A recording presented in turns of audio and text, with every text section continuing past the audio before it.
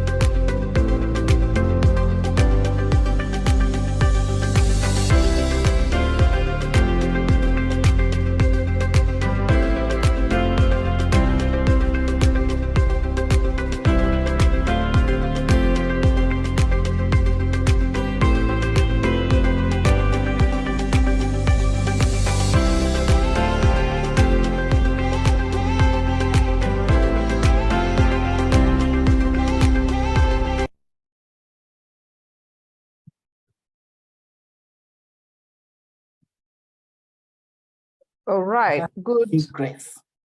Thank you, Kevin. Good evening, good morning, good afternoon, ladies and gentlemen. Thank you so much for making the time to join us this evening. We are excited and happy to have you, and we hope that this will be of impact to you and yours. And right, my name is Grace Nzula. I am an HR consultant and trainer with the Tata Solutions. I am also the moderator, or rather host, of Get It Right with the Tata Solutions. Yes, tonight we have if you're joining us for the first time, this is Get It Right with Tata Solutions. It's a webinar series that seeks to demystify issues in employment and entrepreneurship. We have been doing this since 2020. We are on season 4. We happen to be the only people who ran for one season for a whole year. Or 6 months, depending on what we feel like. Normally in journalism, a season is about 12 weeks. So, but we never really just check. We just go, you know. And we have the privilege of having discussed quite a number of issues. This is the mental health month, May. So we have quite a number of topics regarding mental health. But other than that, it is a season that we are looking forward to making sure that anything that affects you mentally, we try to take care of, or rather discuss about it. So this month, please make sure that you don't miss out on any of our sessions. We actually have somebody who has lived with mental illness, and they'll come and share with us their journey, their struggles, and we get to understand from the other side how it is that they work. So allow me to also give a moment to Kevin to introduce himself. Hello, good evening, good morning, good afternoon from wherever you're watching us from. As you've heard, my name is Kevin Adipo. I work with Tata Solution as a HR consultant, and I am happy to always be with you and engage with you. And today's session, for those of us who procrastinate, this is your day. As Grace has mentioned, that this is a mental month. This is a mental month, so mental awareness month. So we have to be really aware of our mental health. Back to you, Grace. Okay, so thank you very much, Kevin. And of course, allow me to recognize our sign language interpreter. A participant has enabled closed captioning. Okay, we can see this transcription recording on. Okay, Sawa. We are discovering new things there. I was told that to support those who have hearing impairment, we also need to enable transcripts so that then they can read in case they don't manage to see what Catherine is saying. So this one we are learning, and allow us to learn together. All right, and Catherine Sidandi, thank you so much for allowing us to be inclusive. We always appreciate you. Thank you so much. I don't know what we do without you. You are a blessing to us, and thank you for making sure that we are covering we're taking care of everyone, and that by being inclusive. All right, so Get It Right with Atara Solutions is brought to you by Atara Solutions in partnership with a number of organizations, and allow me to just give them a shout out before we then bring in Mr. Siele, who will speak to us about, okay.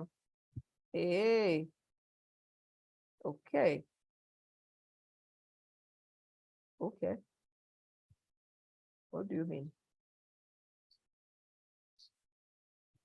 Okay, there we go. I was told that my window is invalid, so I was wondering, yeah. So, right. Our partners, okay, today I am having those technical problems by myself, but we are still fine. All right, so our partners include Stallion Construction Company. Stallion Construction, like the name spells it, is a construction firm. If you're looking to renovate your house, you're looking to renovate your office or subdivide as an office that you're moving into, or you're looking for people to support you in constructing a house, then Stallion Construction Company Limited are your people. We also have Pathway Solution Services. Pathway Solution Services are a training and HR management company. They have training on LMS. LMS is Learning Management System. We have been offering our people quite a lot of trainings for free, fully sponsored, actually for the last 2 seasons. And we are honored to have you here. And of course, we have something in store for all of you. So stay tuned until the end as we announce what Pathway Solutions is offering to you. The beauty about training with Pathway Solutions is you actually train at the comfort of your office or your home at your own time, and then you also get a certificate at the end of your training. So they give you a bit of time on the LMS where you get to tackle the issues, or rather the training material, get to interact with the system, and then at the end of it all, you actually get a certificate for scoring above 65%. And then we have HRMPEB. HRMPEB is Human Resource Management Professionals Examination Board. They are the people who certified human resource professional. So if you're on this call and you wish to do your CHRP, then you need to first of all apply for exemptions with HRMPEB, and of course then go ahead and choose a school. And they're the people who do the exam. They are the examination body. So you also go to HRMPEB to book your exams, just the way CASNEP does. So if you're here and you have been wondering, where do I start with this thing called CHRP? Then look no further, get in touch with me and I'll be able to link you up with the HRMPEB, and we shall move ahead from going forward. And then we have Panessa Training Institute. Panessa Training Institute, like the name spells it, is, Panessa is a woodworking shop. And if you're looking to study woodworking, if you're looking for extra skills, we are in the age of taking risk, yeah? And just getting into side hustles. So if you have always wanted to work with your hands, if you have always had interest in quality made furniture, then please join our institute and we'll be able to give you the basics that you require to make your own furniture, or else supervise people that are in carpentry. And we have WeClean. WeClean is a carpet cleaning company. If you wish to, they have a machine that cleans carpet within 6 minutes. They have now expanded to deep cleaning your homes, and they also have a sofa cleaning machine. So they'll come to your house, they'll do your sofas, they can do thorough cleaning for your house, and then they can also take in your carpet. The carpets are, they do 24-hour delivery. So even in the cold season, please do not stay with a dirty carpet because you do not know when it's gonna dry.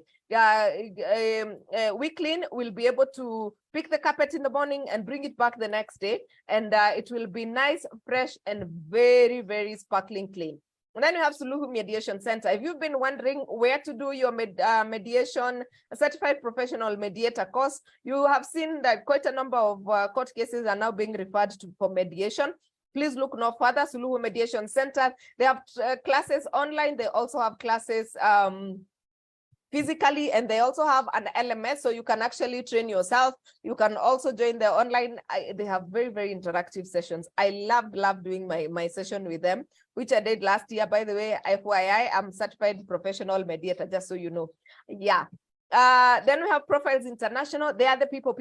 Profiles International deal with Genius Emotional Intelligence course. They also are the owners of DISC. I'll be telling you more about DISC.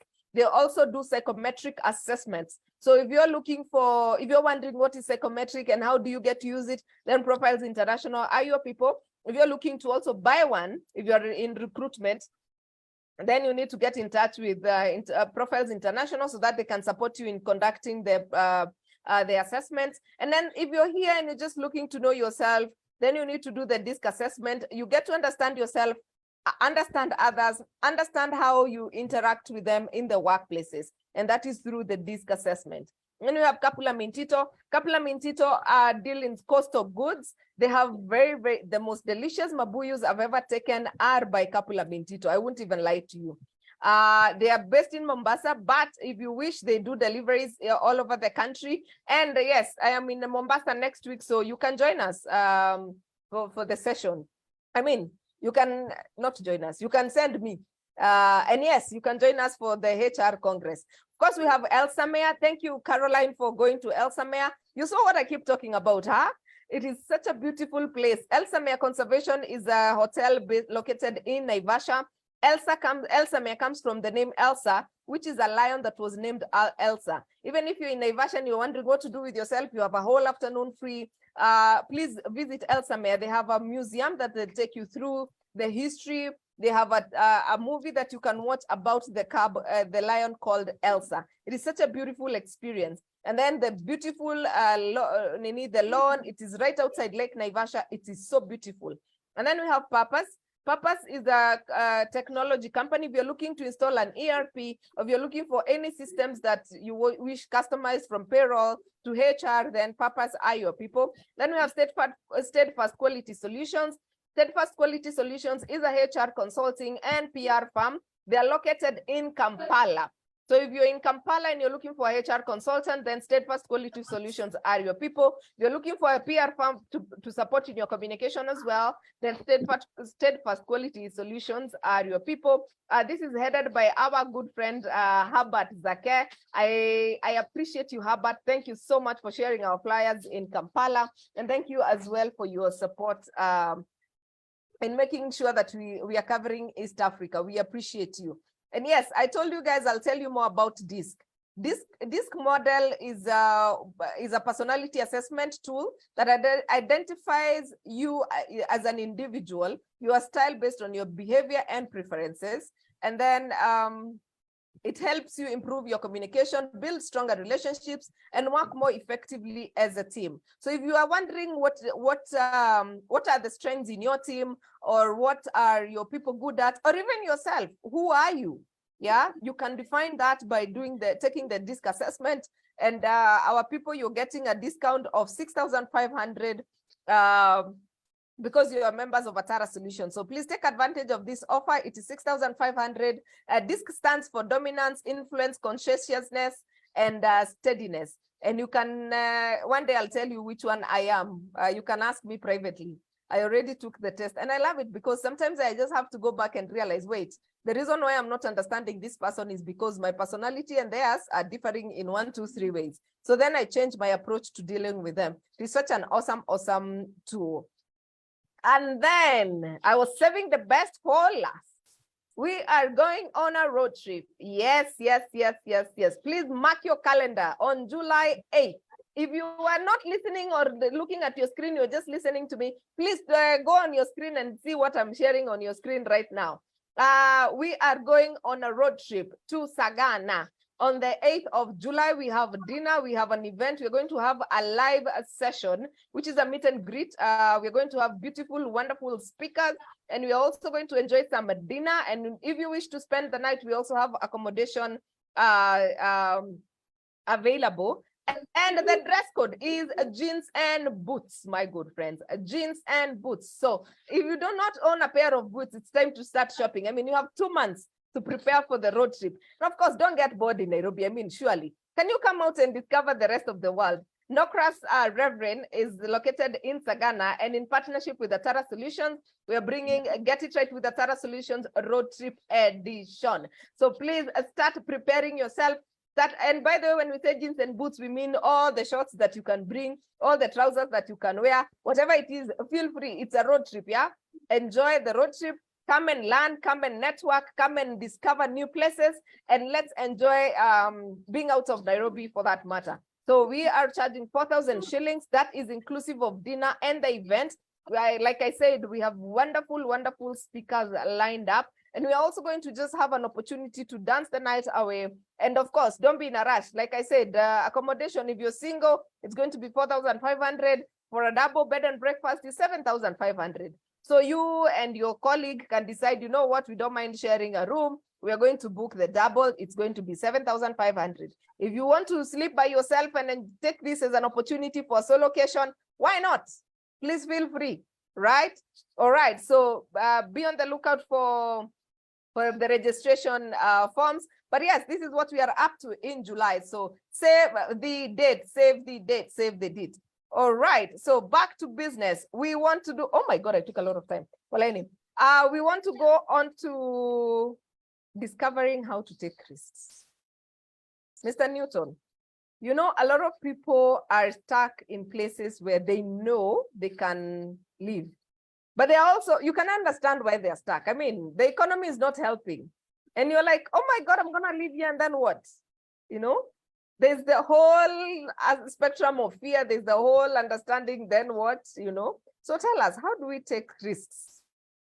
That's a very good point, Grace. I'm also just wondering whether applying for a green card is taking risks, but I'll sort of leave that question with you, then we'll come back to it. I have one question for our audience today, and I'd like them, even as we start, just to comment on the chat box. My question is very simple. What's the biggest risk that you have ever taken? What's the biggest risk that you have ever taken? Of course, please don't share any Shakahola incidences on the chat box. I'm sure Grace, that's a disclaimer. But if you are more than happy, we would really like to see what's the biggest risk that you've ever taken. Can I share my screen?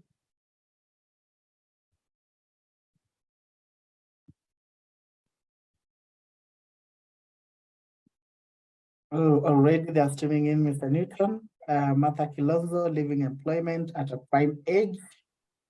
Someone said quitting employment. Helen Ruto, resigning from a job. Valentine Cheche, returning home from overseas. Samuel, that one is a greeting. Abatsi, I once dated a pregnant lady. Okay, that was a joke. Caroline Mungai, on. JD, quitting a job without another. I'm of Frank, the risk to deny the most paid job and go for a professional job. Jalen, taking an offer for a role I had no qualification for. And Lucy Njoroge, standing my ground. I think I can't really exhaust the comments. That's good. And we'll come back, Kevin, even as you see the other comments. Let me quickly just introduce myself. And thank you so much, Grace and Atara Solutions, for giving me the opportunity to speak today. I really hope that we can have conversations with the participants. My name is Newton Siele. I currently work as the CEO at Philips Therapeutics, so that's a pharmaceutical company. But I also do mentorship and coaching, and I'm much more biased towards leadership strategy and I guess, of course, by extension, risk taking. The reason why I also asked that question, what's your biggest risk, is because usually when we do interviews, and I'm sure Grace will agree with me, it's one of the questions that you're asked nowadays. And most of the time people are trying to see, are you a risk averse person? So I really hope that we shall have an opportunity to dive in and just get to be able to unpack this thing about risks. Wait, yes. I know you want to jump in, but there's a comment that has really made me laugh. Resigning a job for love is one of the risks. Wow. Okay. Yeah. So go ahead. But that's an interesting risk. What I want to mention here is, and maybe just as a way of starting off, taking risks does not guarantee success or positive outcome always. However, it can help you to fail forward through key learnings. Many of life's greatest achievements require going outside your comfort zone. This is my personal mantra. And I've learned that maybe one of the things we should actually be preparing for is failing. And we'll talk about that even as we discuss about risk taking. And I guess who better? Because every time you go and search about risk taking, I think the biggest example you usually find is Mark, because as Mark worked to develop what is now one of the biggest social media platforms, very few people believed that this would actually amount to anything. And I like the quote that is actually attributed to him. The biggest risk is not taking any risk. In a world that is changing really quickly, the only strategy that is guaranteed to fail is not taking risks. And I'll extend this because I'll be talking about risks from three perspectives. I think one of the worst things that you ever want to do is to exit the world having taken the least amount of risks.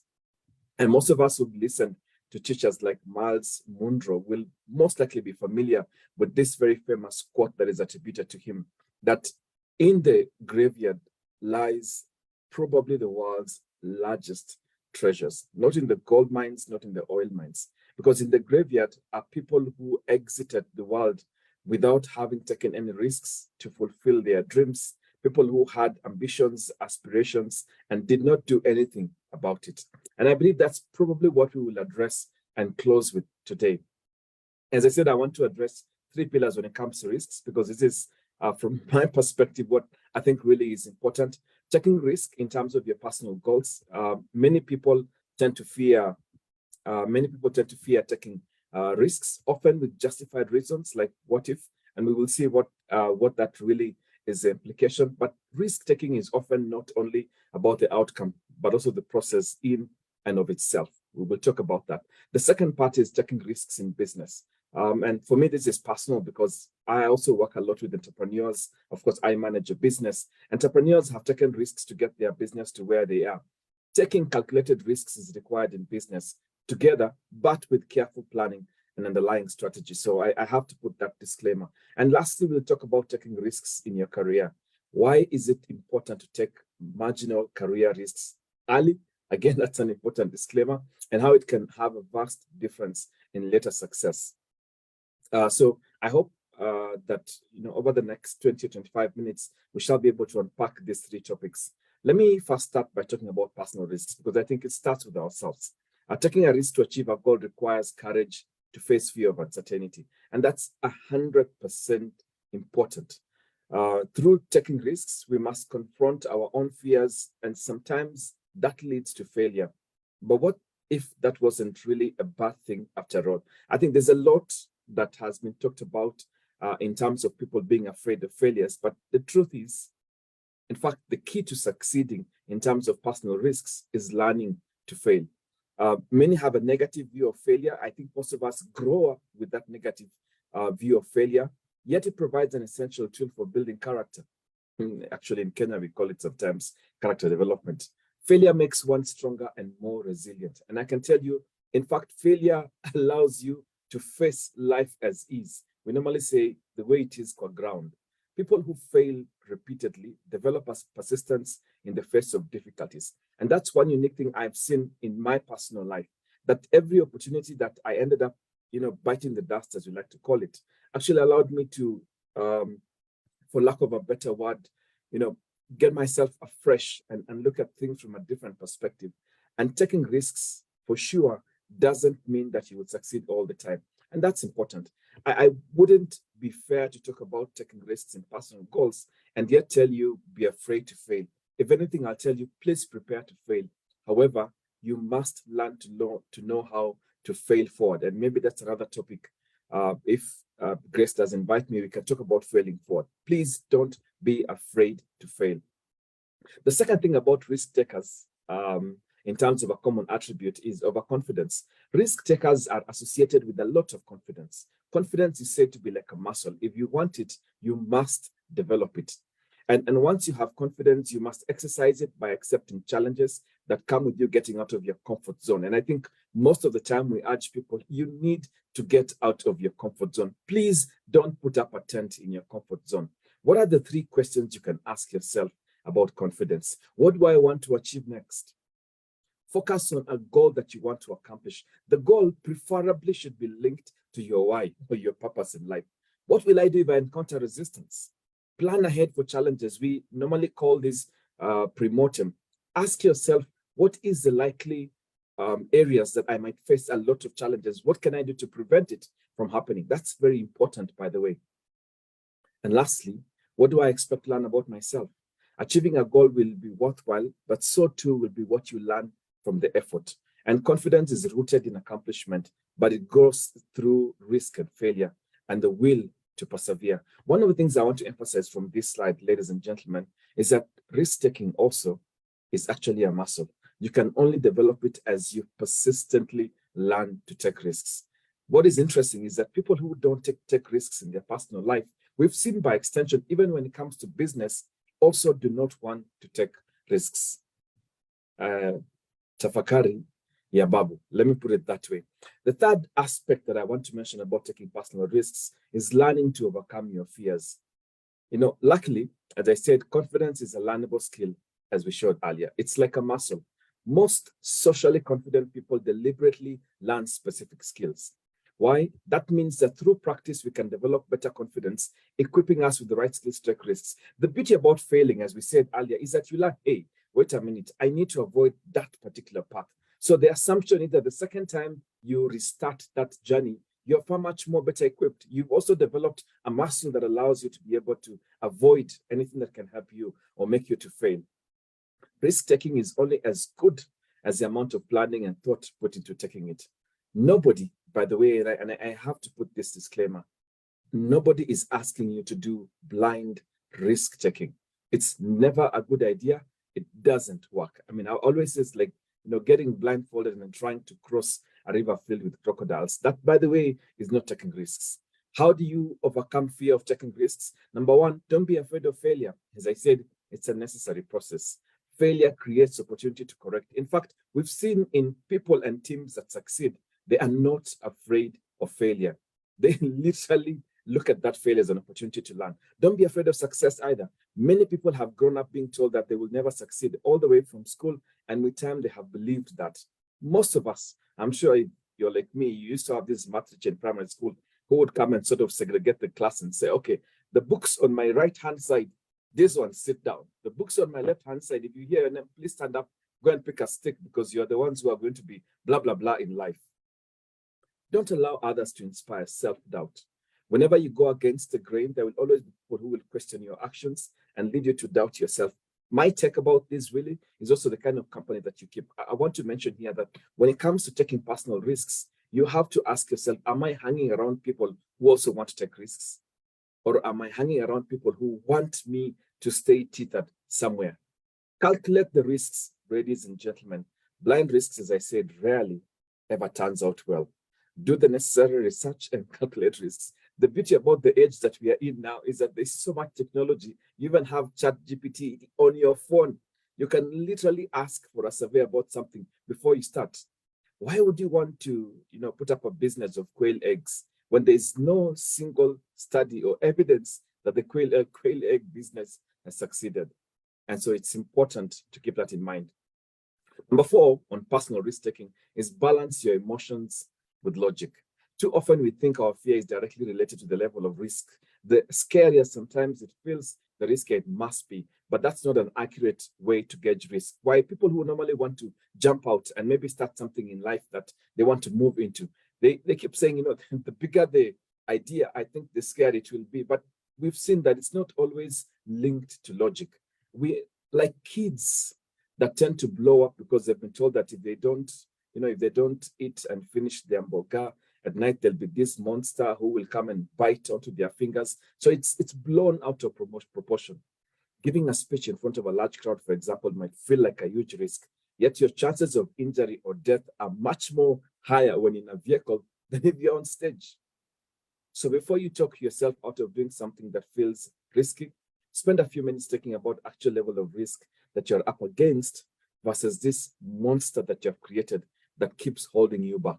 As I said earlier, the biggest and the worst disappointment is that you hold yourself to the point where you never have that opportunity again to take the risk. Number 5, take steps to increase your chances of success. And this is really important, ladies and gentlemen. Rather than trying to decrease your fear about risk, put your energy into increasing your chance of success. How did we say you can do that? You can do a pre-mortem. You can try and prepare and anticipate, where am I likely to go wrong? Where can I learn from people who've been in that path before? How do I increase my chances of success? Get an expert, get a mentor, read widely, use the information that is now readily available, even sometimes government statistics.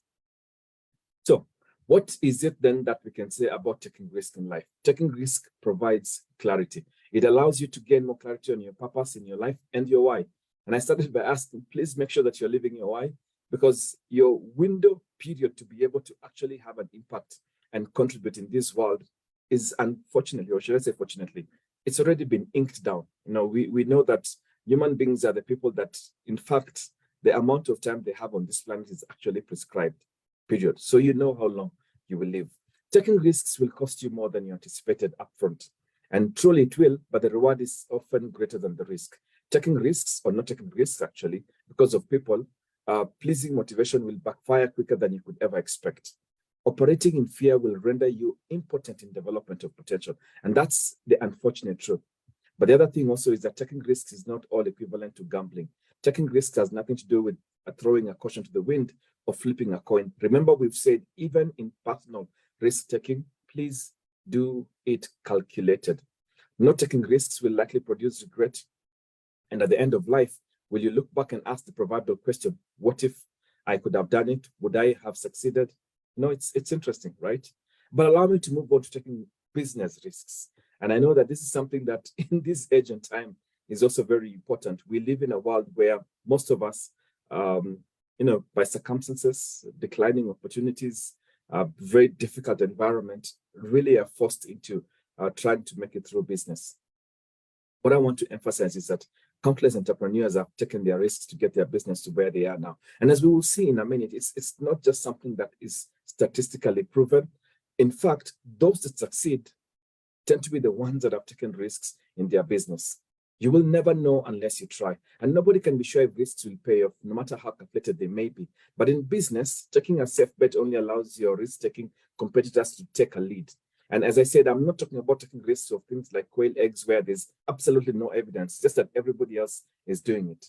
However, in your business, you need to ask yourself, which opportunities do I have to take risks? And, calculated, of course, that can really increase my opportunity so that I can be able to be ahead of my competitors. So developing a business strategy, exploring financial scenarios, and revisiting initial performance are just a few ways to help you navigate the unknown. And you'll never know unless you try, or at least set up yourself to handle different situations. So yes, you had opened one revenue stream that you're earning income, for example. What about if you expanded into the digital space? What can you be able to gain? And usually we say you can pilot it. In fact, in decision making, we call it coaching. You can try it at a small scale first, almost like a lab, and see whether it succeeds. And then you can be able to actually expound it. That's important. My first rule when it comes to taking risks in business, you will never know unless you try. And you can see the correlation more or less with what you have in your personal risk taking. The second thing about taking risks in business is that you actually learn from taking risks. It's such a very correlated lesson that we saw earlier.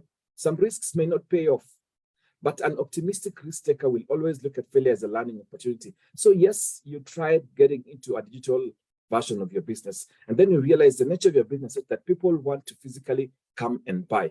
But you know what you've done? You had piloted just a little bit to see whether it would work. And so it didn't work. You just come back and move on. Failure teaches you how to think and plan strategically.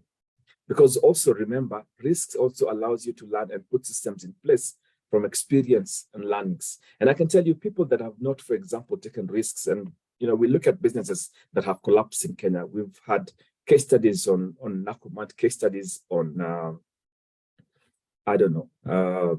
Tuskys, right? And there are some elements that you realize, yes, there might have been risks that were taken, for example, like the Blue Label, which is a very interesting case study. But could they have put systems in place to actually learn from the mistakes that they made?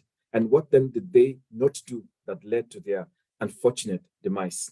The third lesson about taking risks in business is that innovation and opportunity are tied to risk. Innovations involve changing how people do things. With ever-changing customer demands, it brings opportunities for new businesses. As I said, some people have actually set this as a department within their business. They don't call it risk division. They call it innovation division. They know that we will throw in 10 ideas, 9 might fail, but that one idea that will take off will really pay for all the other 9 ideas that failed. With ever-changing customer demands, it brings opportunities for new businesses, and business leaders accept a risk as a cost of opportunity. I remember listening to one of my mentors, and he said that within the organization, they have this thing they call, it's a rapid idea development. It's got a 90-day threshold. Literally, that self-destructs. If the idea in 90 days is not going to be executed and it succeeds, they close it. Why? They also minimize any losses they could have had, but at least they tried. Whereas it may be impossible to eliminate risks, you can lessen it by making all possible calculations and evaluating which options are best before proceeding to the next step. As I said, you could ouch it, or you could at least try it in a small scale first. The more clearly you can validate an idea or a specific direction, the more likely you would succeed, even if risky. And that's very important when it comes to taking risks in business. The fourth key lesson about taking risks in business is that those who take risks already have a competitive advantage. Since most people avoid risks, those who are brave in business and taking risks have a competitive advantage. Risk takers have a fast mover advantage. Nobody else has opened a branch, maybe, for example, in a different town, and you realize, what, there's an opportunity. Can I try and pilot and see? And you move long before your competitor does.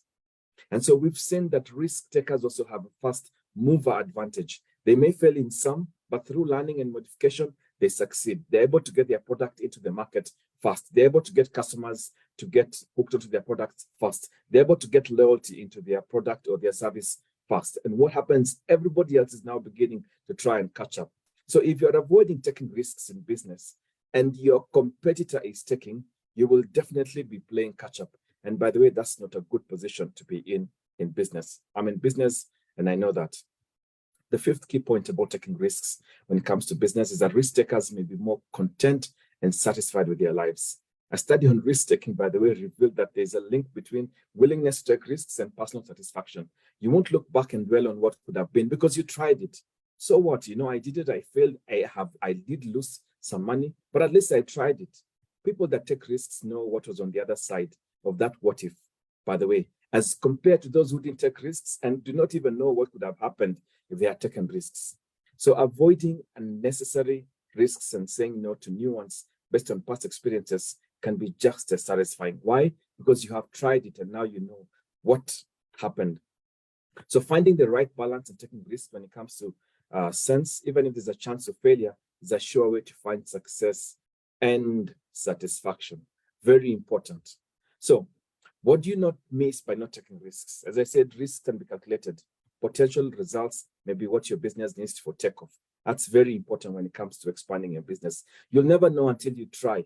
Progress always involves risk. Risk helps to distinguish between a leader and followers. As I told you, we have seen repeatedly that the businesses that tend to succeed have this thing about them, about trying out, about venturing out, about having new ideas, about having innovation, about having development. And you can see it. You can see it in cars, you can see it in planes, you can see it in people that are in real estate, in hotel.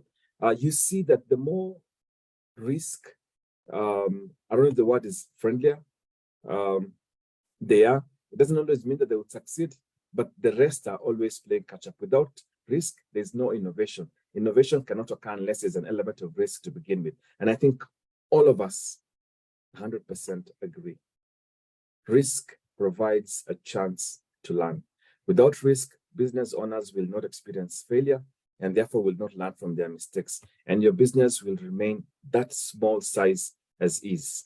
Okay, and I've seen that firsthand from experience. I work in an organization where the first time we ventured out into Nigeria, it was the biggest risk for my boss, because who starts a business in Nigeria? As if we don't have enough trouble in Kenya. But taking that particular risk and expanding has also opened very, very unique markets within that particular region.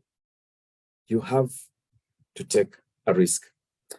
Let me move on to the last pillar today, which is taking risks in your career. So we've talked about taking risks in your personal life with regards to your personal goals, and we've talked about taking risks with regards to your business.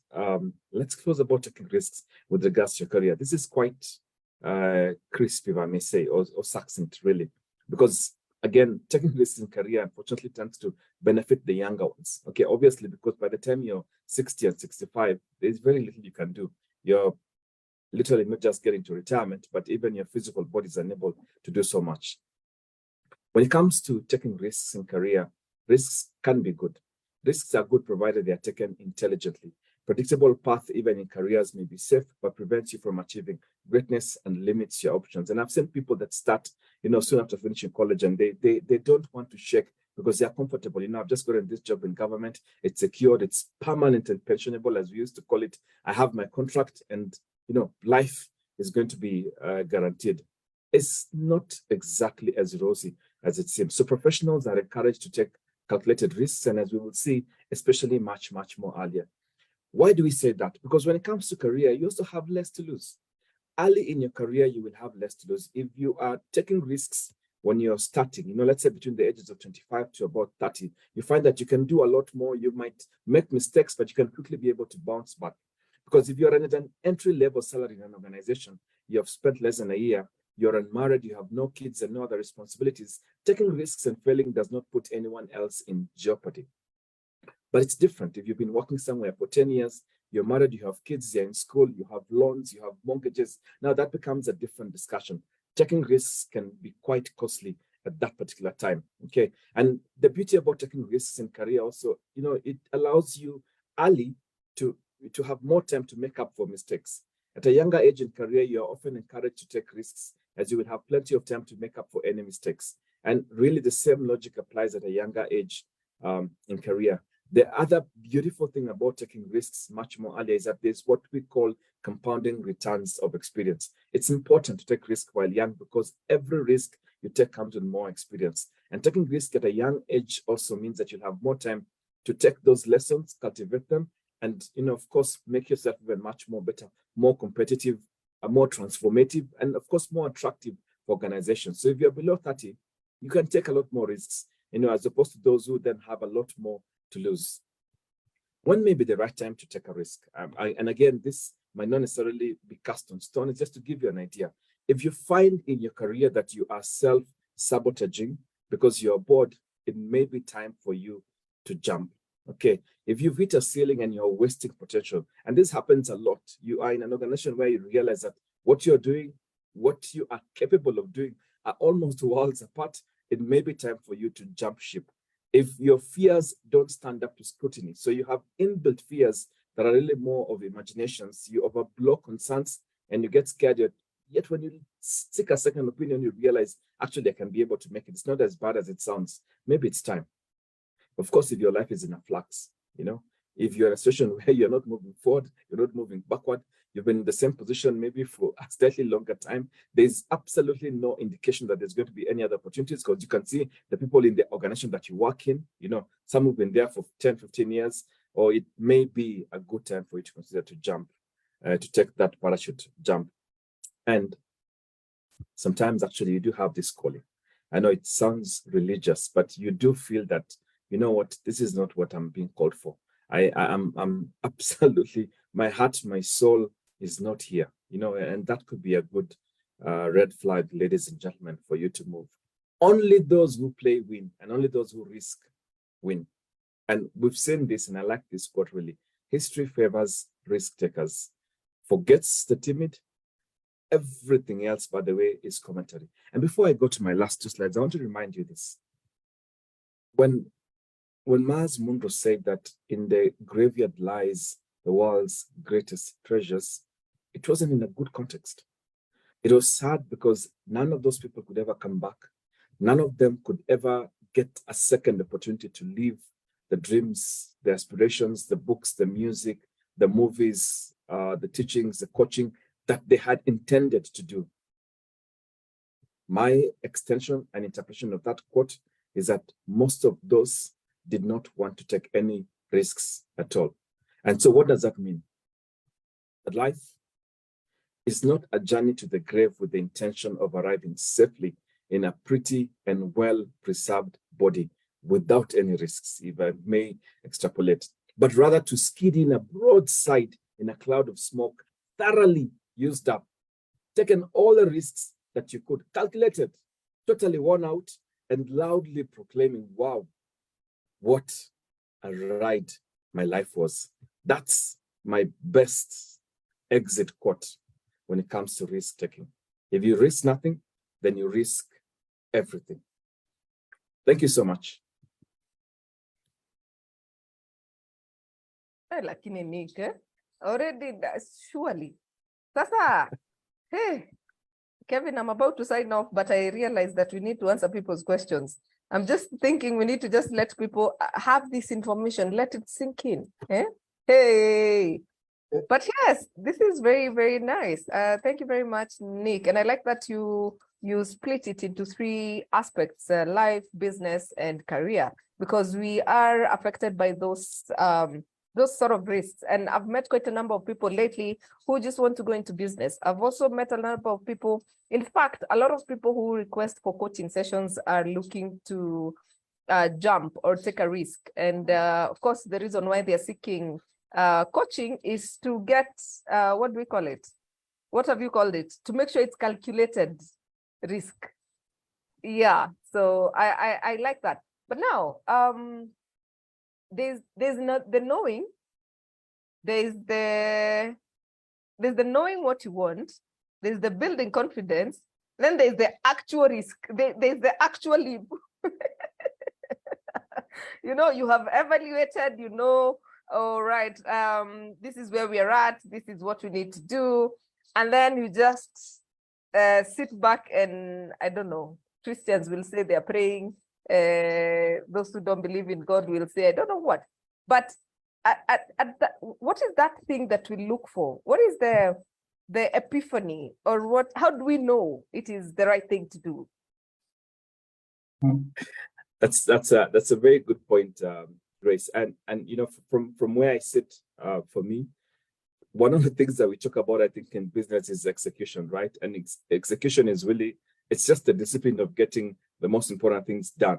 And for me, that's very important. You want to measure your life by the things that you have done, not the things that you have planned, not the things that you have dreamt, not the list that you have written.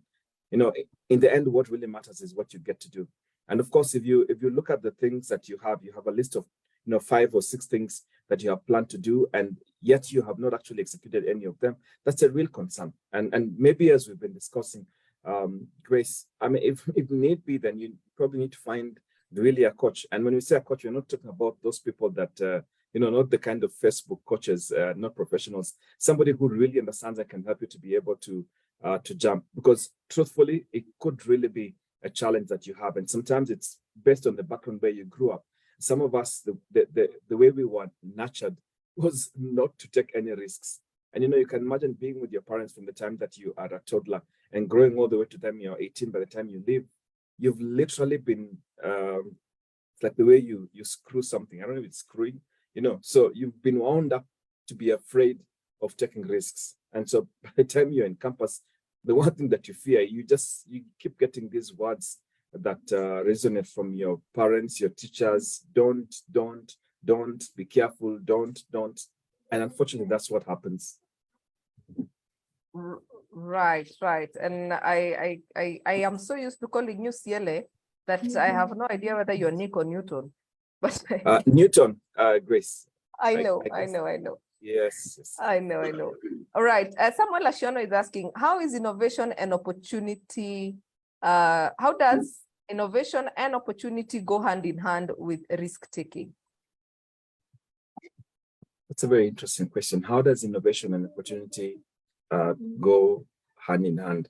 I think from my perspective, I would unpack them separately. I think innovation is about thinking outside the box. We talked earlier about moving outside your comfort zone. It might not necessarily be directly correlated, but we've seen that people who tend to innovate also move outside of their comfort zone. The moment you move outside of your comfort zone, you're much more likely to act. That's the other thing. The more you stay, and I was saying earlier, the more you put up a tent in your comfort zone, or trust me, the more you're likely to stay there handicapped and afraid to take any action. So you can't even talk about innovation as long as you're still within your comfort zone. You have to move outside of your comfort zone to even innovate and to be able to act. And I think once you also begin to innovate, somehow it seems that opportunities also tend to be much more visible. To me, I always feel like it's like the way you're driving in a fog and your windscreen is cloudy. You know, the moment you clear it, things begin to be visible. All right. And you need a minute? No. Okay. All right. So we have somebody who is saying, Newton, great talk. I have been taking risks for 9 years in business. I like what I do. The results seem slow to be coming. What could I possibly be doing wrong? The consistency of results, that would you be keen to mentor one who thinks they can change the space they are in? So results and probably it's managing expectations, but go, Newton. You're on mute. Sorry. I mean, just the fact that the person has been doing business for 9 years, first and foremost, is really thumbs up, because statistically in Kenya, 5 years, 80% of businesses close shop. You know, that's a harsh reality. 10 years, I think only about 30% actually survive. So if you're already on your 9th birthday, you must be doing something right. If the business is not expanding to the scale that you need to, I think there are many other things that you need to look at. And obviously, as I said, we tend sometimes to forget that we can, reach out to expertise, get people who actually are better, and get an outsider's view about your business, get somebody to be able to critique, get somebody to look at your books, to look at your idea, to look at the innovations that you have, and to see whether your business really has it evolved with the current emerging needs. One of the things we learned, especially during the height of COVID-19, is that people who had not future-proofed their business are the ones that suffered the most. And there's this big word about future-proofing your business. How well are you prepared for those uncertainties and this environment where we're talking about the VUCA? And that's the ultimate thing. And for me, I would say it really goes back. First, thumbs up for being there for 9 years. Thumbs up for definitely venturing out and experimenting and innovating. But if again, you're feeling that most of these are not yielding the results that you desire, you have to really go back and see what are the lessons that I've learned, and get an outside expertise to give you also a third eye, maybe something that you have missed, and maybe the other opportunities that you could have also looked at and adapted your business. But I see resilience in my opinion, for somebody who's really done that for 9 years. Yeah, I agree with you. I mean, from statistics, including the statistics from Kenya National Bureau of Statistics, they say that businesses, 80% of businesses fail in the first year. Then they have the 5-year mark, and then they have the 10-year mark. So you have gone through 2. And you probably just need to reevaluate your business and see what are the issues. And probably also maybe look for a business coach who will help you unpack the gaps that you're experiencing. But allow me to also ask, there's a question by Lois Ominde, who is saying, thank you for the informative session. In an organization, how do you promote a culture of thoughtful risk-taking at all levels in the business? Maybe actually the guest should be answering that question, but let me give my perspective, especially because we've had this heated discussion about culture. I think the old school of thought, especially when it came to change management, is that you could start the process of change management, and along the way, as you get towards the end, also make sure you anchor it in terms of culture. One thing that we now say is that it's very difficult. Culture is not like a car, Grace, that you can decide now, let me put it on reverse and go back, or let me take a left turn. Literally, culture, we've seen, is something that you can steer it over a long period. The key thing is to make sure you're steering that culture in the right direction, because sometimes the culture is 10, 15, 20, or as we've seen in public service, even 40 or 50 years. So that's one of the most difficult things. However, it really also must have everybody. It's all hands on deck. If the culture is only a small group of people and certain things have not been addressed, it's an exercise in futility, and often it's far much more worse because people then become resentful for something that did not work. So in organizations, I wouldn't say it's cut and dry. There's so many things that we would need to understand about the challenge and how, for example, the origin of that, the culture that we're talking about, what the change or the desired direction is, how it's being steered, who is driving it, and what has been put in place in terms of the environment and conditions to favor the new culture. So it's for people that I've seen, and I've been a part of our trainings on culture change. It's one, I'm trying to find the correct word to use it. Shakahola is a bad word to use, but it really is a very tough environment to be in. Okay. Excellent. And just Kevin, before you go, there's a friend of mine who just is serving notice. She's clearing by end of this month. And she's like, Zula, I am freaking out. I don't know what the other side has. So a word of encouragement from you as we go to Facebook from Kevin. Tell us, Newton. Please encourage my sister who has gone through the fear stage, if you ask me, because she puts the faith and has taken the leap. And at the end of this month, she's going to be out here hustling with us, which I think she has a lot of potential. But please, a word of encouragement. Yeah, I think all of us have been through that. I've been through that, Grace. The very first time I realized, well, I can't say how many years ago because people will guess my age. But I remember, I always give this story. I remember walking into my boss and I was going to resign. And then I realized that I didn't even finish paying for my car. I literally left my boss's place and I was told to leave the car because I don't even finish paying and I didn't even have a job, right? That's so many years ago. And usually with one of my very close friends, we look back because we were both at the same time and the business shut down. The business just collapsed and we ended up, being jobless. We look back today and we realize that, I think we sometimes overblow what is the worst that could happen, honestly speaking, because we've been through far much more difficult circumstances. In the end, you have yourself and you have your capability, your skills, and it's your resilience. And I'm not talking about this from a cliche or a theoretical perspective. You dust yourself and you go back to the Samanka kwa Kiswahili unarudi sokoni. No, and that's the key thing. You go back to exactly unarudi sokoni and you start. And that's what you can do. That's really resilience. And I can say if you compare people that became so worried and panicked about it far much more worse because so what? What's the worst that could happen, really? What's the worst that could happen? And that's one of the things that I would definitely encourage her. Yeah. All right, Kevin. I think, Mr. Newton, that informs and give us direction to the next question that is coming from Julius Mwangi, where he's saying, and I quote, listening at this presentation, taking risk has potential for one to master great fortunes. So do we have parameters of measure? How much is too much to risk?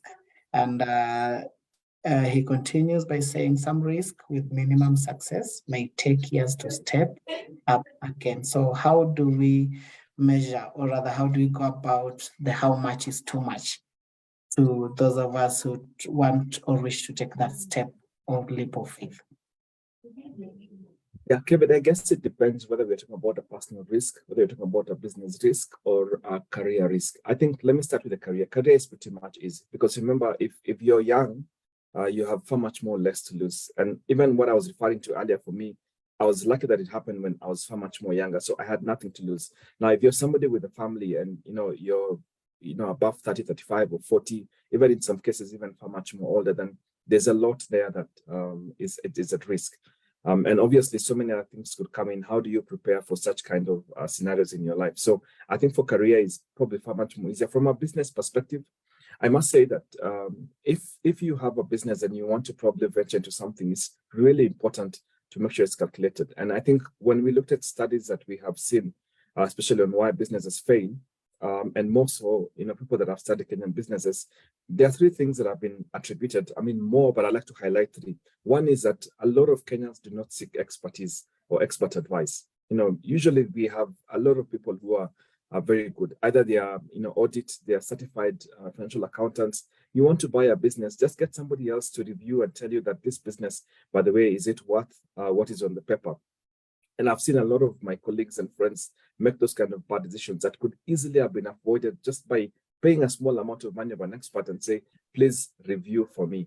And maybe that's what we need to learn. The second reason that a lot of the businesses tend to also fail is that it's not linked to what the market needs or, where the customers are. And so those are things that you can really be able to address again by getting expertise, having a business plan, being very clear about what you want to do. Even if you are not doing business because you have an entrepreneurial bug in you, you're doing it because you couldn't get a job, you've studied, you have your degree, and you realize I don't have anything else to do.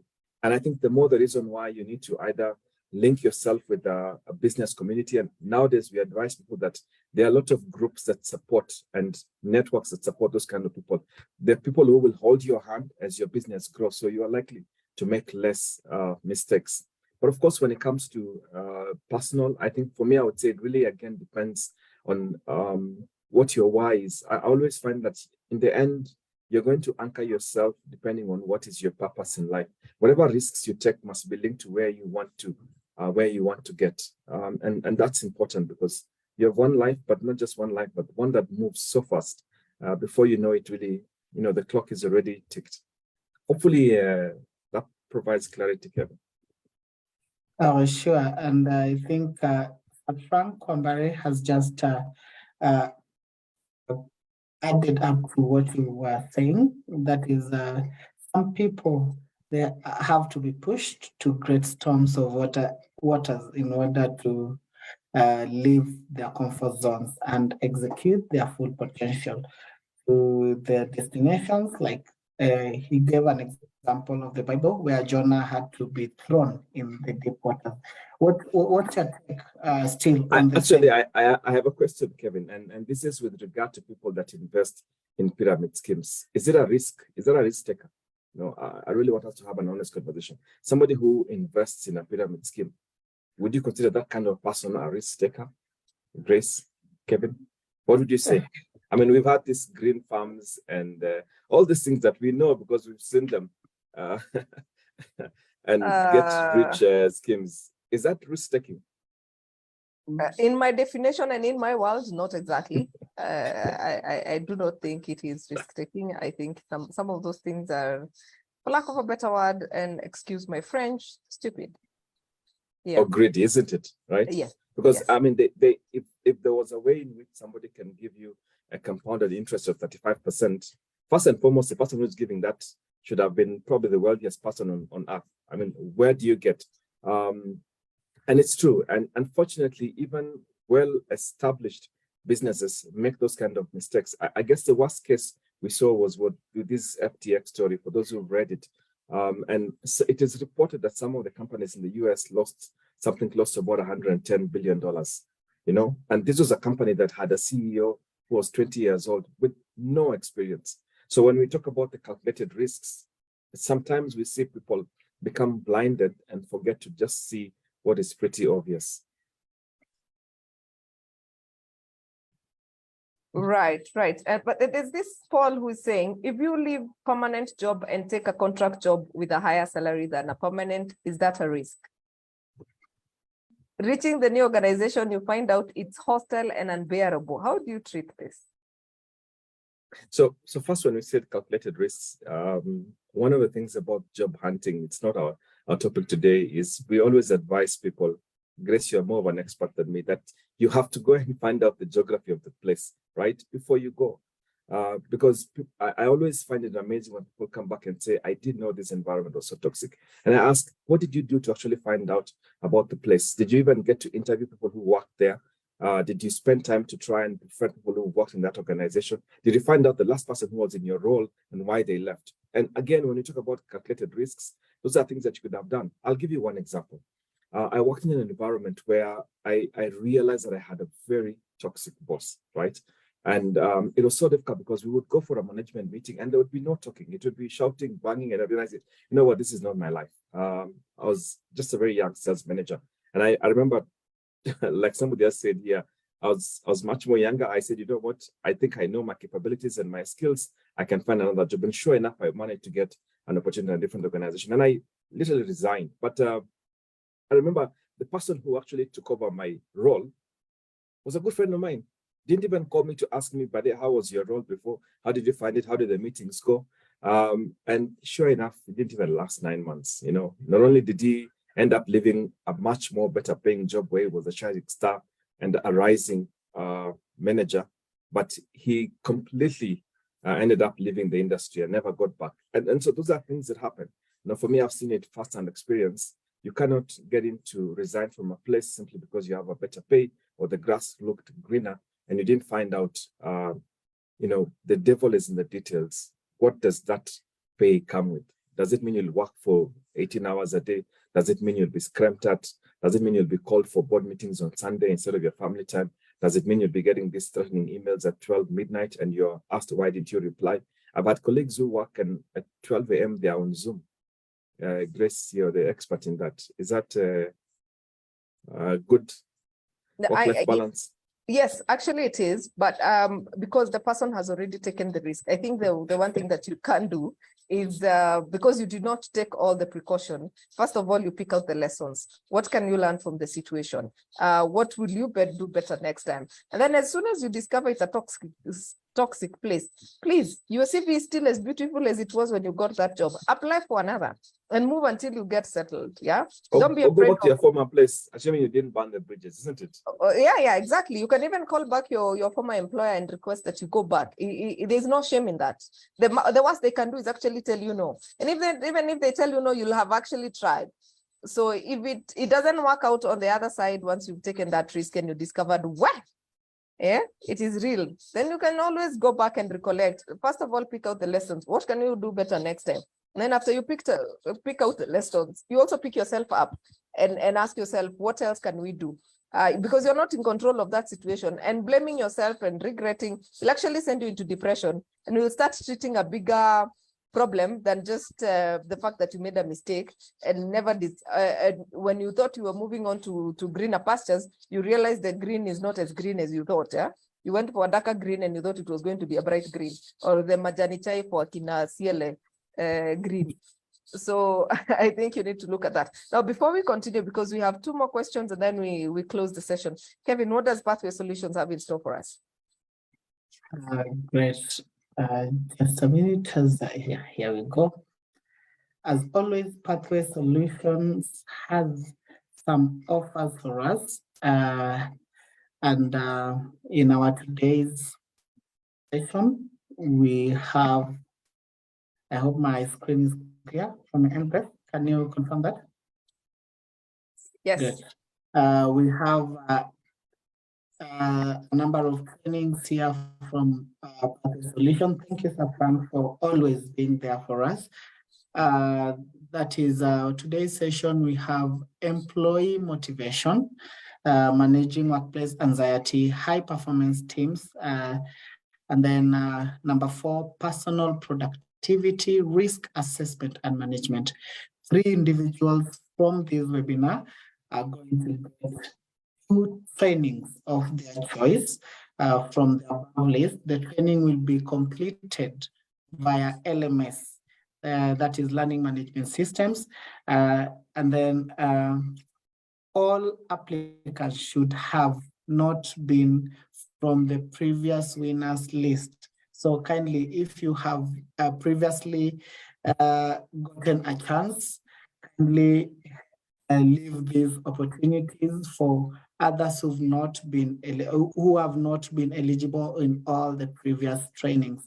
So email Frank and Grace, that is through their email addresses that I'm going to share on the chat. That is frank@pathwaysolutionsservices.co.uk and grace@atarasolutions.co.ke.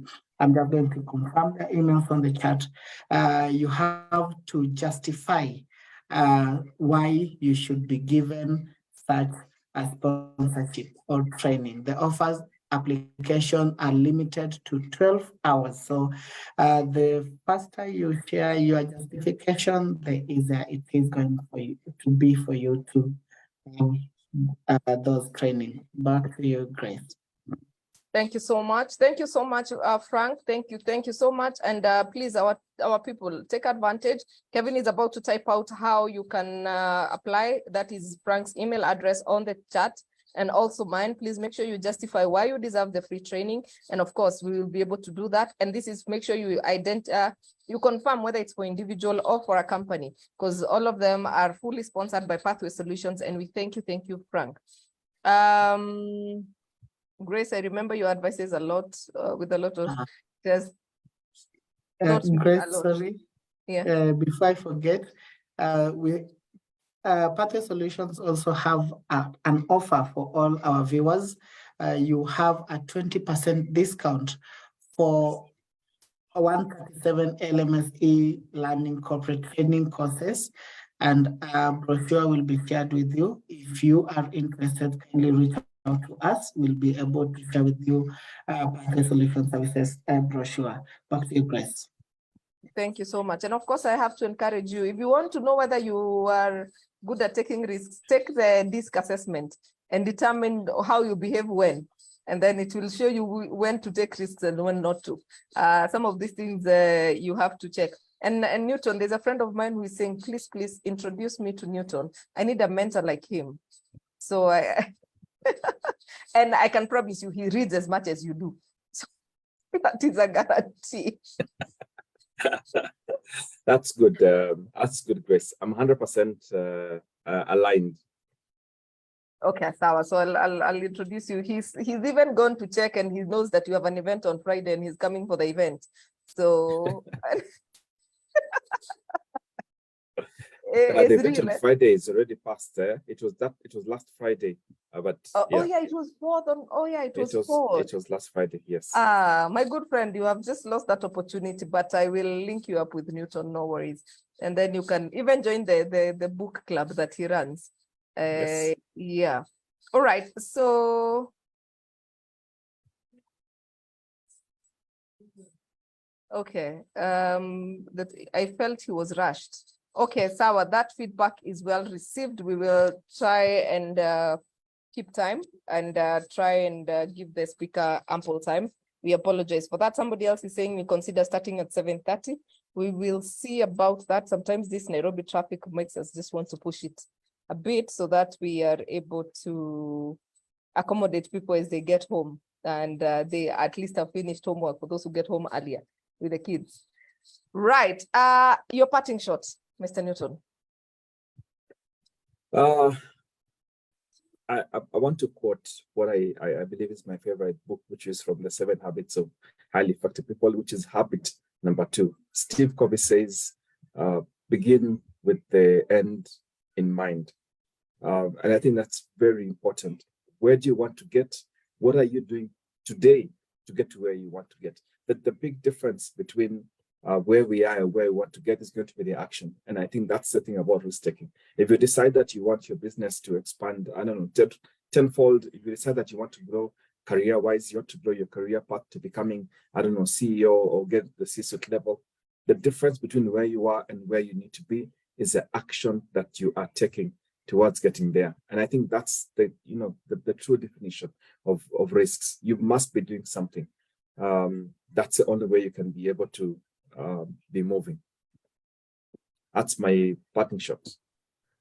Excellent, excellent, excellent. So Kevin, you have anything? I believe Mr. Newton has exhausted almost everything. We just need a moment of silence to at least allow everything to sink in. Nonetheless, as we've had in today's session, for us to at least, on the very least, know what is happening on the other side, we have to take the risk. We have to do or take that step of faith so that we should or will be able to know what is on the other side. At least to answer the question, what if? Back to you, Grace. Thank you so much. I think my favorite one is not taking risk is the risk itself. It's the bigger risk. Yes, and sometimes I think we also sometimes just need a nudge or a push to realize that we actually need to move on to the next level and also be aware, be present, and be able to know that this is done. Like, my purpose for this time is done. By the way, Newton, just out of curiosity, do you think purpose changes over time? It's unlikely, Grace, and especially if you're looking at your why, it shouldn't. We normally call it. In fact, the definition is this changeless core about yourself. And you see the word changeless is there. It's very difficult to have a purpose that is fluid. I think your purpose in life is something that you find yourself drawn towards, and it's something that you feel is what you want to live for, and it's defined by 2 things. One is the impact that you will have and the contribution that you will make. So those 2 must be there within that defining statement of your purpose or your why. And that's why we say purpose can be exercised regardless of the environment. Yeah. Yes. Yes. The environment can change, but the why is constant. Exactly. Exactly. Yeah. All right. Okay. So do you think you're serving your purpose? Oh, definitely. I'd love to talk about why, because for me, my why is literally on teaching and leadership and mentorship. I do it every single day, even at my job. So I enjoy it. All right. All right. Okay. So Kevin, you did your parting shot. So thank you very much. Hey, Catherine, where did you disappear to? And yeah, I even forgot about you. All right. So my people, I think what we can say is that make sure you're taking calculated risks, but do not be stuck in your comfort zones. Process it, do it, take a leap, and fail forward. Yeah. We are succeeding and failing forward. There's no way we are not doing that.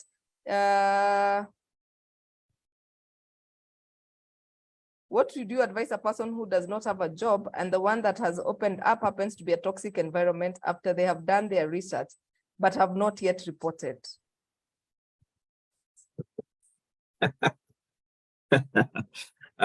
So I don't know whether I get the question. You've got a job offer, then you do your investigations and realize it's a toxic environment, and now you're wondering whether to join or not. Yeah. Yeah. So they discovered that the new employer is toxic, and they also are jobless. What do they do?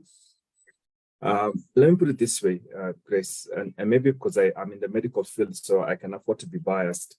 We've seen now repeatedly studies showing that individuals that are not, for lack of a better word, because we talk about mental wellness this month, that are not doing well at work, that sometimes, not sometimes, more often than not tends to cross over to their personal life. So I think my greatest fear now is that getting into a toxic environment can end up costing you not just your life, but really even the people that you love the most. Because that toxicity, whether you like it or not, is going to cross over into your home. And so we've seen studies showing that people who tend to get heart attacks are known to have had toxic bosses, believe it or not. Okay. So yeah, I think some of these things you'll need to check for yourself and discover what else do I do? What can I do? And also, how resilient are you? Some of us can take a hit, but some people cannot take a hit. So you have to also weigh your resilience levels, because sometimes also sitting at home and doing nothing may end up depressing you more than having an income. But I think if you decide to take that job, just don't get comfortable. Take that job as you apply for others. Sitting at home, decide which one will depress you more.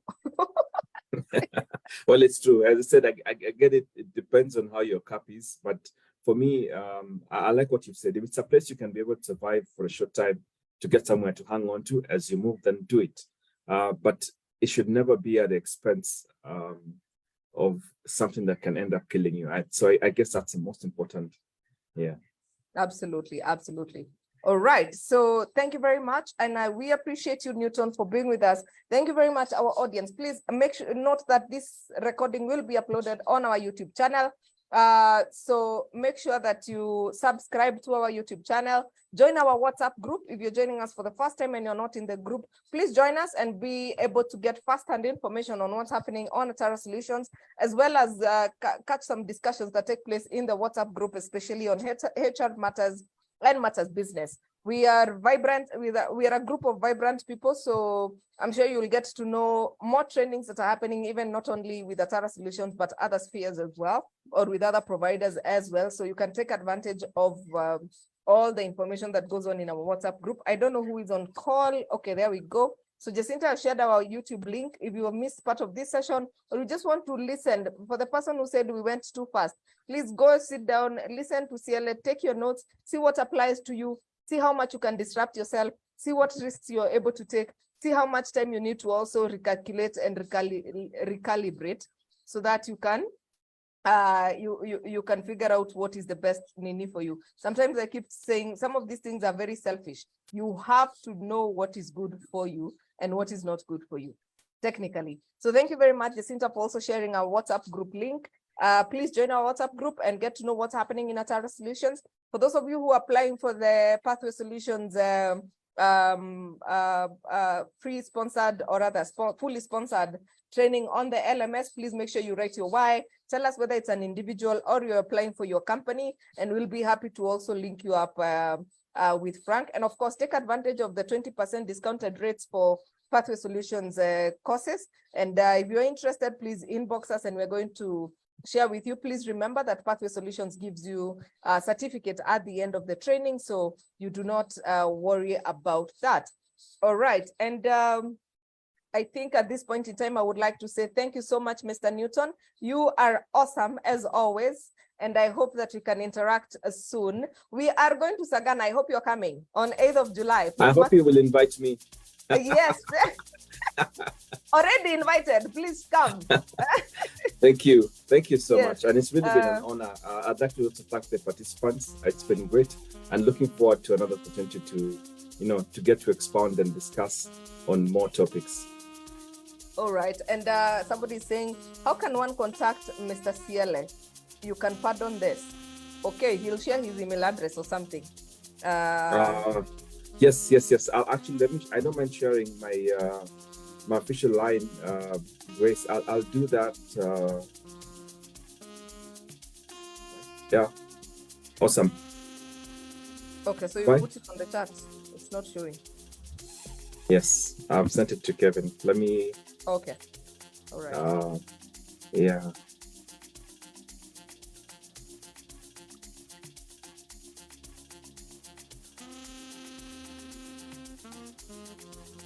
It's now visible. Yeah, thanks. Everyone. All right. So yeah, there is Newton's number. Please, thank you very much. And we can continue having this conversation off record.